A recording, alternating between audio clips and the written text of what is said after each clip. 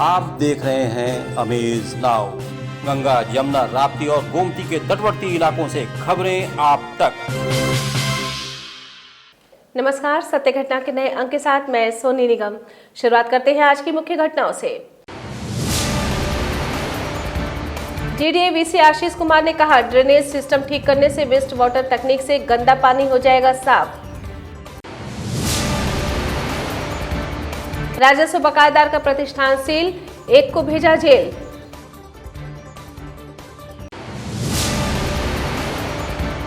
सरकारी बीमा कंपनियों के कर्मचारियों ने निजीकरण के विरोध में किया प्रदर्शन।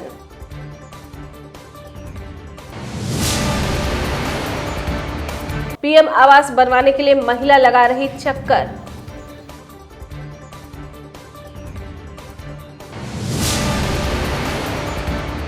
संत कबीरनगर जिले में अनियंत्रित कार पलटने से 2 की मौत। अब सत्य घटना विस्तार। गोरखपुर मंडलायुक्त सभागार में ड्रेनेज व्यवस्था को दुरुस्त करने पर एक विशेष मंथन हुआ। इस बैठक में मंडलायुक्त के अलावा जेडीए, वीसी और नगर निगम के जिम्मेदार अधिकारियों की मौजूदगी रही। ड्रेनेज व्यवस्था को दुरुस्त करने के लिए सेंट्रलाइज्ड वेस्ट वाटर तकनीक से पानी को शुद्ध किया जाएगा। मंडलायुक्त सभागार में जीडीए वीसी आशीष कुमार ने कहा कि शहर में ड्रेनेज सिस्टम को ठीक कर पूरे शहर की नालियों को नालों से जोड़ा जाएगा ताकि पानी बाहर निकल सके। खास बात यह है कि इस पानी को सेंट्रलाइज्ड वेस्ट वाटर तकनीक डी-वॉट्स के जरिए ट्रीटमेंट कर ठीक किया जाएगा। इसके लिए सभी रास्तों पर ट्रीटमेंट प्लांट लगाए जाएंगे। इस प्रोजेक्ट पर 150 करोड़ रुपए खर्च होंगे और निगम के प्रस्ताव पर स्टेट लेवल पर इसके लिए तेजी से कवायद चल रही है। नगर निगम इस पर काम कर रहा है। शहर में ड्रेनेज का अब तक का ये सबसे बड़ा प्रोजेक्ट है। इसे तैयार करने के लिए विशेषज्ञों की मदद ली गई है। चारों दिशाओं में पानी की निकासी के लिए सिस्टम तैयार होगा। शहर से बाहर जहां पानी निकलेगा वहां ट्रीटमेंट प्लांट लगाया जाएगा जिससे पानी ठीक किया जा सके। इससे परंपरागत जल स्रोतों के अलावा ग्राउंड वाटर प्रदूषित नहीं होगा। शहर से निकलने के बाद पानी खेतों व नदी नालों में मिलेगा, इसलिए इस पर जोर दिया जा रहा है। बारिश के अलावा नालियों का पानी शहर के भीतर ही खाली जगहों पर जमा होता रहता है। निकासी की व्यवस्था नहीं होने के कारण इससे दिक्कत होने लगती है। बड़े नालों के बनने के बाद ये समस्या खत्म हो जाएगी। भारत सरकार द्वारा सरकारी संस्थाओं के निजीकरण की नीतियों का चहुं ओर विरोध हो रहा है।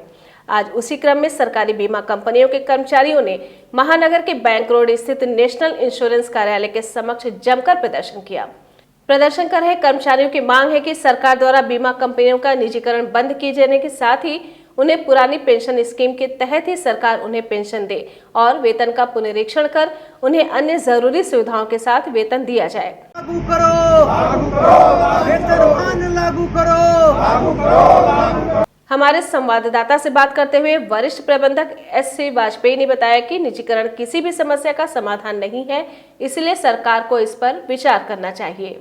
हम सब लोग यहाँ पर जो सरकारी साधारण बीमा कंपनियाँ हैं उनके सभी कर्मचारी और अधिकारी यहाँ पे एकत्र हुए हैं और हम सरकार की निजीकरण करने की जो प्रणाली है और जो उनकी नीति है उसका विरोध करते हैं। नई पेंशन स्कीम को जो लागू किया हुआ उसको लागू न करने के लिए सरकार से कहते हैं और कहते हैं कि जितने भी हमारी जो नए कर्मचारी आए हैं उनको नए जो पुरानी पेंशन स्कीम है वो दिया जाए। वेतन पुनरीक्षण के लिए हम सरकार से अनुरोध करते हैं कि वेतन पुनरीक्षण किया जाए और सबसे बड़ा जो है हमारा मुद्दा है वो है निजीकरण का, कि हमारा जो है जितनी भी साधारण बीमा कंपनियां हैं उनका निजीकरण बंद किया जाए। हम लोगों का ये मानना है कि निजीकरण किसी समस्या का समाधान नहीं है। हम लोग पूर्व में भी जनता की सेवा करते रहे हैं और आगे जनता की सेवा करेंगे। गोरखपुर जनपद के टाउन हॉल स्थित कचहरी क्लब मैदान में जिला उद्योग प्रोत्साहन एवं उद्यमिता विकास केंद्र की ओर से आयोजित 5 दिवसीय प्रदर्शनी के दूसरे दिन भी लोगों की भीड़ लगी रही। आज दूसरे दिन प्रदर्शनी को लेकर छोटे बड़े उद्यमियों के लिए भारत सरकार की संस्था निट्रा द्वारा एक ट्रेनिंग कैंप का भी आयोजन किया गया।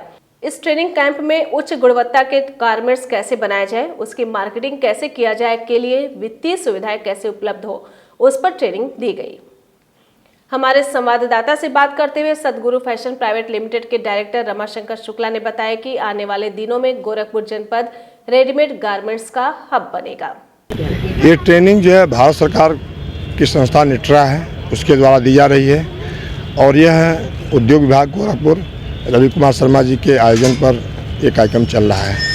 ट्रेनिंग में यहाँ के जो उद्यमी हैं और जो महिला उद्यमी होने वाली हैं इन लोगों को ट्रेनिंग में सहभागिता कराई गई है कि उच्च गुणवत्ता के रेडीमेड गारमेंट कैसे बनाए जाएं, उनका मार्केटिंग कैसे हो, उनको वित्तीय सुविधाएं कैसे उपलब्ध हों, नए इंटरप्रेन्योर कैसे डेवलप हों, इस सब पे निट्रा के द्वारा ट्रेनिंग दी जा रही है। ज्वाइंट मजिस्ट्रेट एसडीएम सदर कुलदीप मीणा ने राजस्व अमीनों को राजस्व वसूली 100% वसूल करने का सख्त निर्देश दिया है, जिसके अनुपालन में सदर तहसीलदार डॉक्टर संजीव दीक्षित के कुशल निर्देशन में शहर के प्रतिष्ठित व्यापारी बैंक बकायेदार दुर्गेश मिश्रा पुत्र जयप्रकाश मिश्रा के प्रतिष्ठान लैपटॉप गैलरी शाही मार्केट को करीब 9 लाख में सील करते हुए प्रतिष्ठान को कुर्क कर दिया गया तथा वाणिज्य न्यायालय के बकायेदार ध्रुव पुत्र मोतीलाल निवासी सिंघाड़िया 7,14,300 बकायेदार को गिरफ्तार कर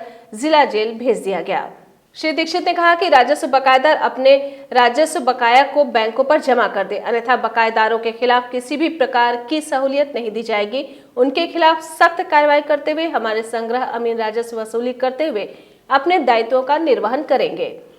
अगर संग्रह अमीन अपने दायित्वों का निर्वहन करने में किसी प्रकार की हीलाहवाली करेंगे तो उनके खिलाफ दंडात्मक कार्रवाई की जाएगी। इसलिए सभी संग्रह अमीन 100% राजस्व वसूली करते हुए अपने अपने लक्ष्यों को पूर्ण करते हुए राजस्व वसूली करें। कार्रवाई संग्रह अमीन योगेंद्र प्रसाद चौबे, वशिष्ठ सिंह, विद्याचरण पांडे, मस्तराम सिंह, महेंद्र पांडे व संग्रह अनुसेवक हिमांशु यादव, वशिष्ठ मुनि उपाध्याय द्वारा किया गया। अभी वक्त है एक छोटे से ब्रेक का, कहीं जाइएगा नहीं, मिलते हैं ब्रेक के बाद।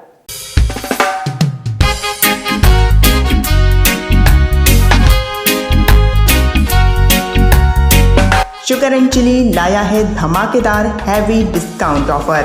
आपके किचन का हर जरूरी सामान मिलता है आधे दाम पर।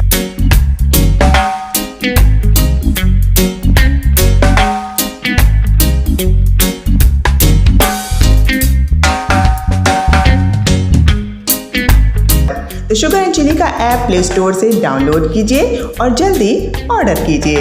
देर किस बात की। Offset printing, flex and digital printing, radium, glowshine board and vinyl print, steel letter, acrylic letter board, wedding album, social media advertising, cinema, LED, paper advertising, cinematic video mixing lab, candid and cinematic photography and videography के लिए संपर्क करें Shri Ashtavinayak advertiser and media solution, Pratap market, cinema road, Golghar, Gorakhpur. Mobile number 9665631022।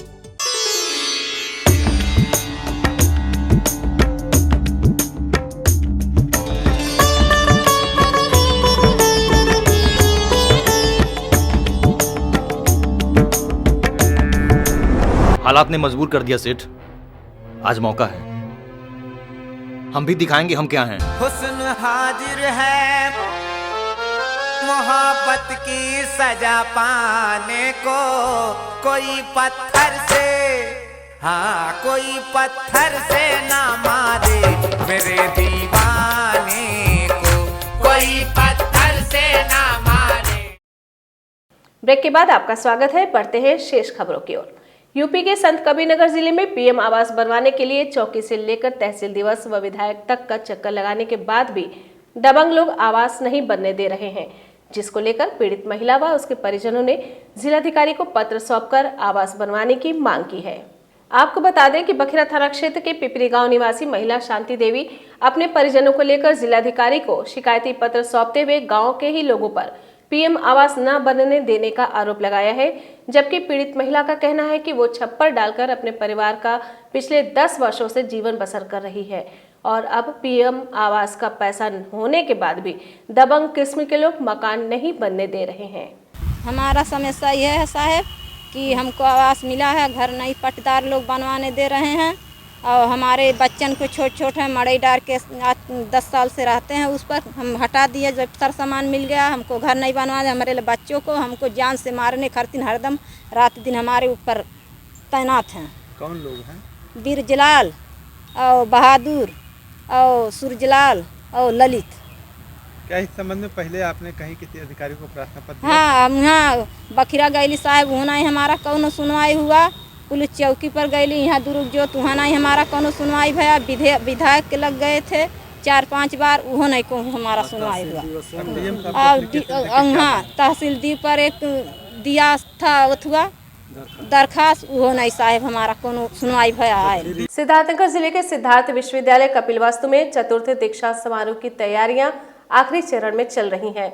Siddharth विश्वविद्यालय अपने चतुर्थ दीक्षांत समारोह को लेकर अपनी तैयारियां पूरी करने में लगा है। सिद्धार्थ विश्वविद्यालय के कुलपति प्रोफेसर सुरेंद्र दुबे ने बताया कि दीक्षांत समारोह कुलाधिपति आनंदीबेन की अध्यक्षता में मनाया जाएगा। मुख्य अतिथि के रूप में प्रदेश के उप मुख्यमंत्री आचार्य दिनेश शर्मा शामिल होंगे। विश्वविद्यालय की 34 छात्र छात्राओं को स्वर्ण पदक इस दीक्षांत समारोह में दिया जाएगा। दीक्षांत समारोह को लेकर विश्वविद्यालय ने अपनी तैयारियां पूरी कर ली हैं। कुलाधिपति का आगमन गुरुवार सुबह 9:55 पर होगा। आगमन के बाद उन्हें गार्ड ऑफ ऑनर पुलिस द्वारा हेलीपैड पर ही दिया जाएगा। 10 बजे विश्वविद्यालय परिसर के नवनिर्मित मुख्य द्वार एवं अन्य भवनों का लोकार्पण उनके द्वारा किया जाएगा। इस दीक्षांत समारोह में प्राथमिक विद्यालयों के भी 50 छात्र छात्राओं को कुलाधिपति द्वारा बैग, किताब और फल दिया जाएगा। कल 18 मार्च को सिद्धार्थ विश्वविद्यालय का चौथा दीक्षांत समारोह 10 बजे से प्रारंभ होगा, जिसकी अध्यक्षता माननीय कुलाधिपति श्री राज्यपाल यूपी करेंगी। 91 विद्यार्थियों को कल हम उपाधि देंगे, जिसमें से 34 विद्यार्थियों को, छात्र छात्राओं को गोल्ड मेडल, कुलाधिपति स्वर्ण पदक माननीय कुलाधिपति जी के हाथों प्रदान किया जाएगा।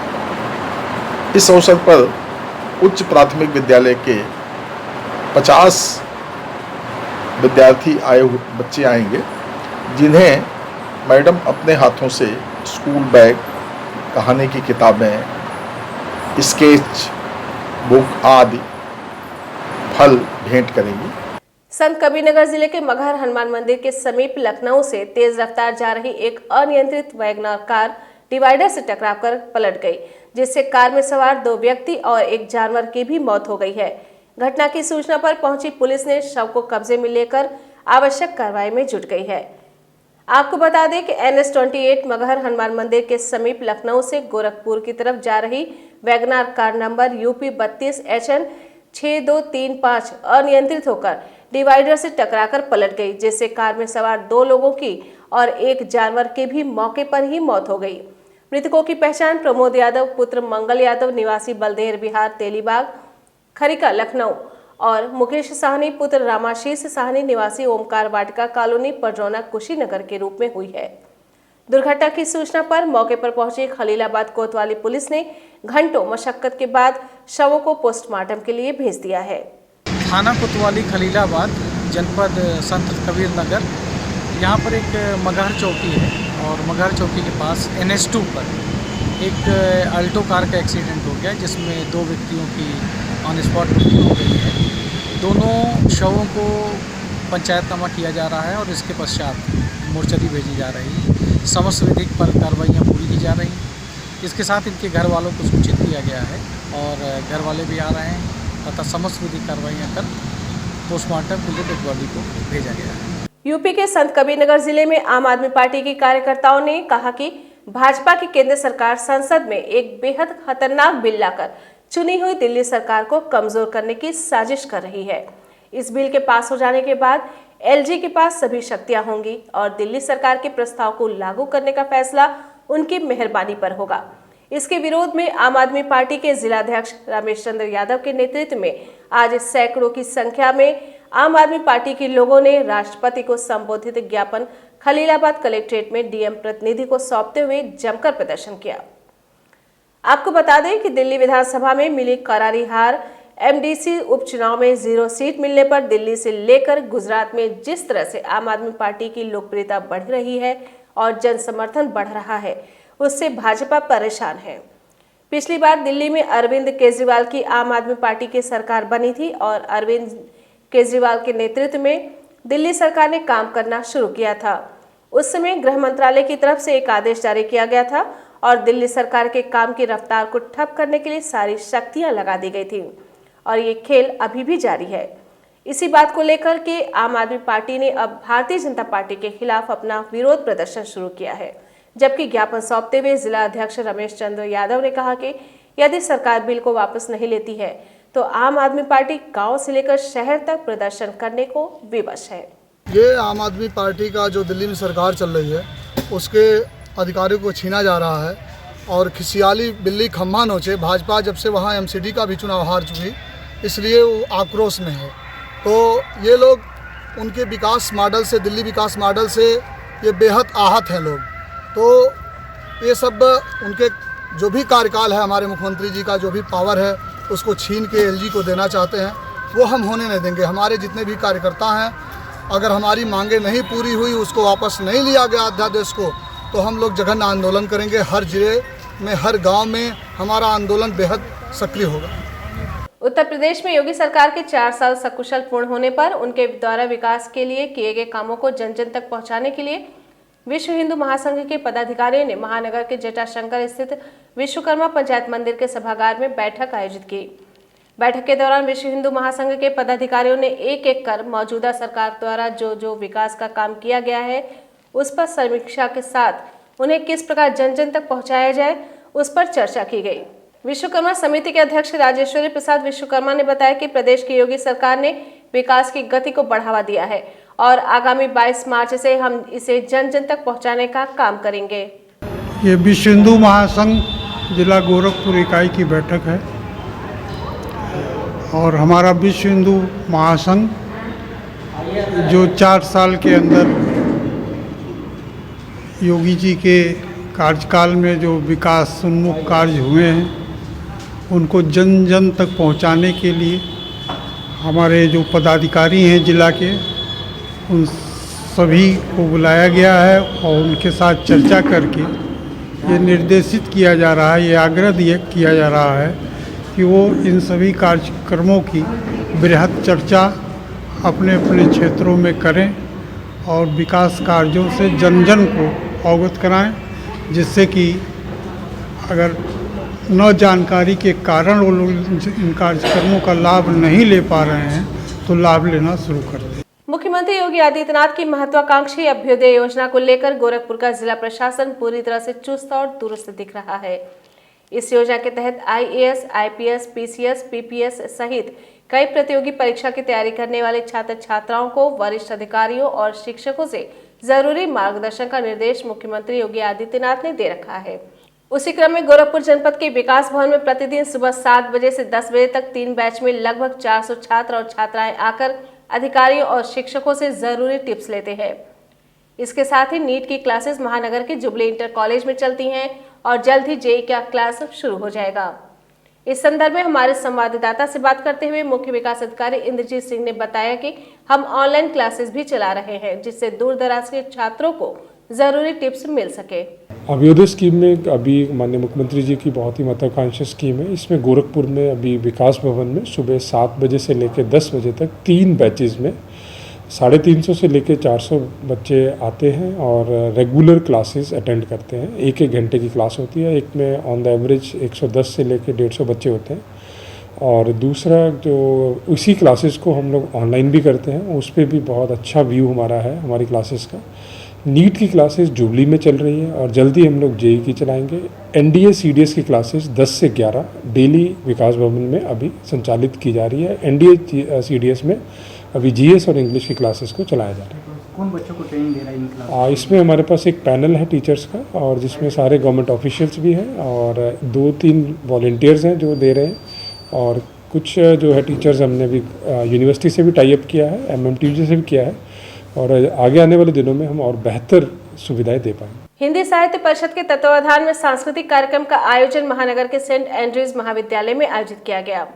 कार्यक्रम की शुरुआत मां सरस्वती के चित्र पर माल्यार्पण और पूजा अर्चना कर किया गया। इस दौरान महाविद्यालय की छात्र छात्राओं द्वारा सरस्वती वंदना भी प्रस्तुत की गई।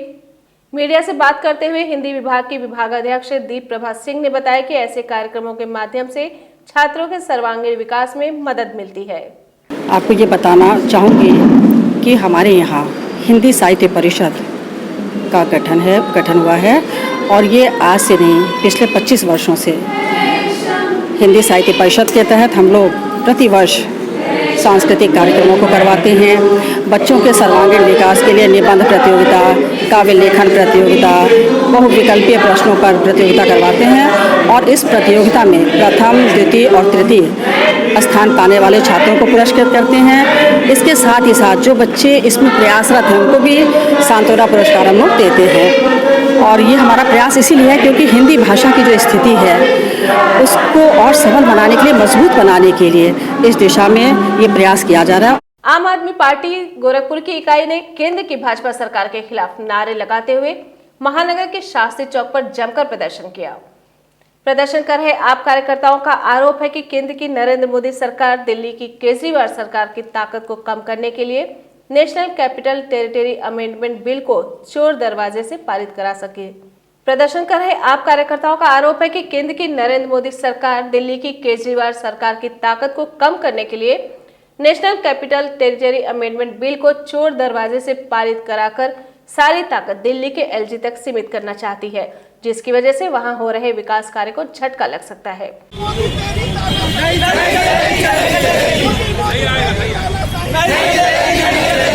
आम आदमी पार्टी के जिला अध्यक्ष हरेंद्र यादव ने बताया कि भारतीय जनता पार्टी आम आदमी पार्टी की बढ़ती लोकप्रियता को देखकर परेशान हो रही है। हम आम आदमी पार्टी जिला अध्यक्ष हरेंद्र यादव, हम यहाँ के सारे कार्यकारिणी, यहाँ के सारे पदाधिकारी और कार्यकर्तागण सबने ये पाया और हमने देखा कि अचानक हमारे दिल्ली में जो लोकतंत्र द्वारा चुनी हुई सरकार के खिलाफ एक षड्यंत्र रचा गया और एक बिल बैकडोर से पास कराया गया। जैसे कि किसान बिल पास कराया गया, उसी तरह से ये बिल भी पास कराया गया कि हमारी जनता द्वारा चुनी हुई सरकार को कैसे कमज़ोर किया जाए, सारे उनके अधिकारों को सीमित किया जाए, वो अपने स्वच्छ रूप से और स्वतंत्र रूप से काम न कर सकें। इसलिए माननीय हमारे प्रधानमंत्री जी ने बैकडोर से उनकी कैबिनेट ने एक ऐसा बिल पास किया है जो हमारे माननीय केजरीवाल जो एक सीएम है दिल्ली के, वहाँ के लोगों द्वारा चुने हुए सीएम हैं, उनके खिलाफ एक बहुत